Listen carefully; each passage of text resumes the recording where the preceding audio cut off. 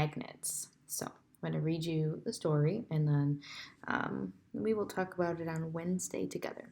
The power of magnets. Chances are there's a magnet on your refrigerator. It's probably holding up a photo, a drawing, or some other piece of paper. Have you noticed that the magnet sticks to the refrigerator but not to the paper? Do you know why? The refrigerator magnet is actually pulling on the refrigerator. A magnet attracts objects with iron in them. The refrigerator door is probably made of steel, which is made from iron. Paper has no iron in it, that's why the magnet doesn't stick to it. If you ever spill a box of pins, a good way to pick them up is with a magnet. The magnet will pull the pins toward it. Most of the pins will stick to the ends or poles of the magnets. That's because the poles are the most powerful part of a magnet. Some magnets are bars, other magnets are shaped like horseshoes. The power of a magnet is strongest at its poles, whether it's a bar magnet or a horseshoe magnet. Poles and fields. A magnet has a north pole and a south pole. What happens if you try to touch the north pole of one magnet to the south pole of another magnet? They'll stick together. Opposite poles attract each other. Will two north poles or two south poles stick together? No, they won't. In fact, they will repel or push each other away like poles repel each other. This special force that attracts or repels is called magnetic force. A magnetic force is not felt just at its poles. A magnet creates a whole area or field of force around it.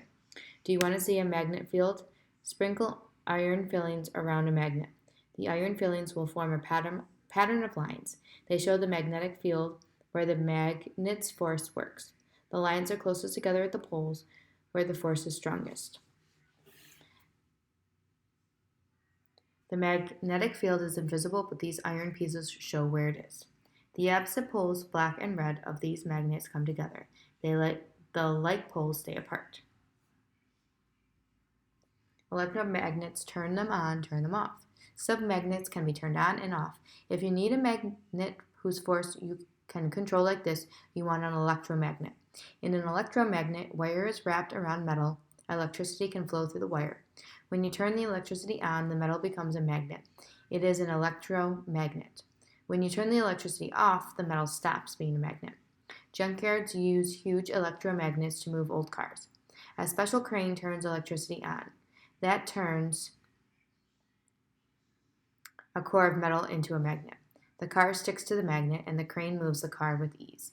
Then the electricity is turned off, and the magnet turns back into plain metal. The car drops into place. Electromagnets are useful for two reasons. They can be powerful enough to move a car, and they can be turned on and off. Michael Faraday's electric idea. In 1820, people first learned about electromagnets. That year, one scientist saw a magnetic field produced when electricity ran through a metal wire. His observation made another scientist, Michael Faraday, curious. Faraday asked himself if electricity can produce a magnetic field. Can a magnet field produce electricity? Faraday tested his idea in one experiment. He moved a magnet through a coil of wires. Electricity was produced. In another, he moved the coil of wires around a magnet. Again, electricity was produced. Faraday's work led to two important inventions, the electric generator and the electric motor. The electric generator produces electricity with a magnetic field. The electric motor uses electricity to run things. Now people could use magnets to make electricity do their work for them. Electric generators. Generate means produce or make. An electric generator uses a magnetic field and moving wire coils to produce electricity, just as Michael Faraday discovered. A power company near your home builds generators. Electricity from these generators comes through power lines into your home. It lets you turn on lights, watch TV, and listen to music. Think of all the times you use electricity. You are using electricity produced in a magnetic field.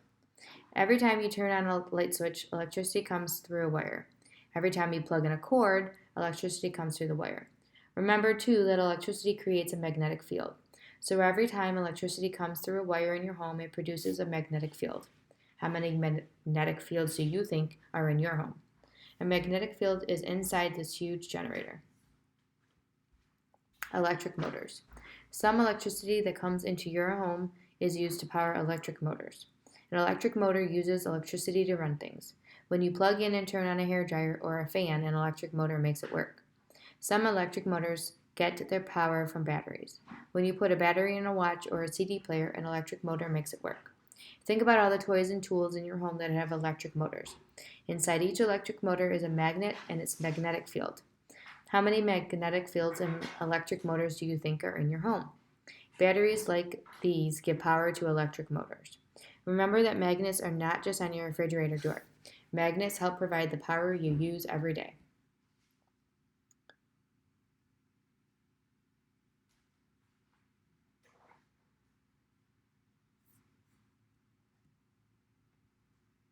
You may not know it, but you live with electromagnets all around you. Here are just a few examples.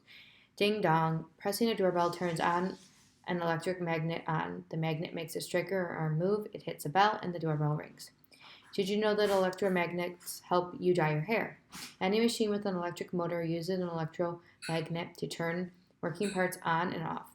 So a blow dryer, vacuum cleaner, refrigerator, washing machine, and radio all have electromagnets. A computer uses electromagnets too. Electromagnets help store information on the computer's hard drive so you can find it later. Music pumps out of stereo speakers because of electromagnets. Inside the cone has a coil attached to it. Around that is a magnet. Electrically creates a magnetic field. This vibrates or shakes the coil. The cone moves too. That's what makes the sounds you hear.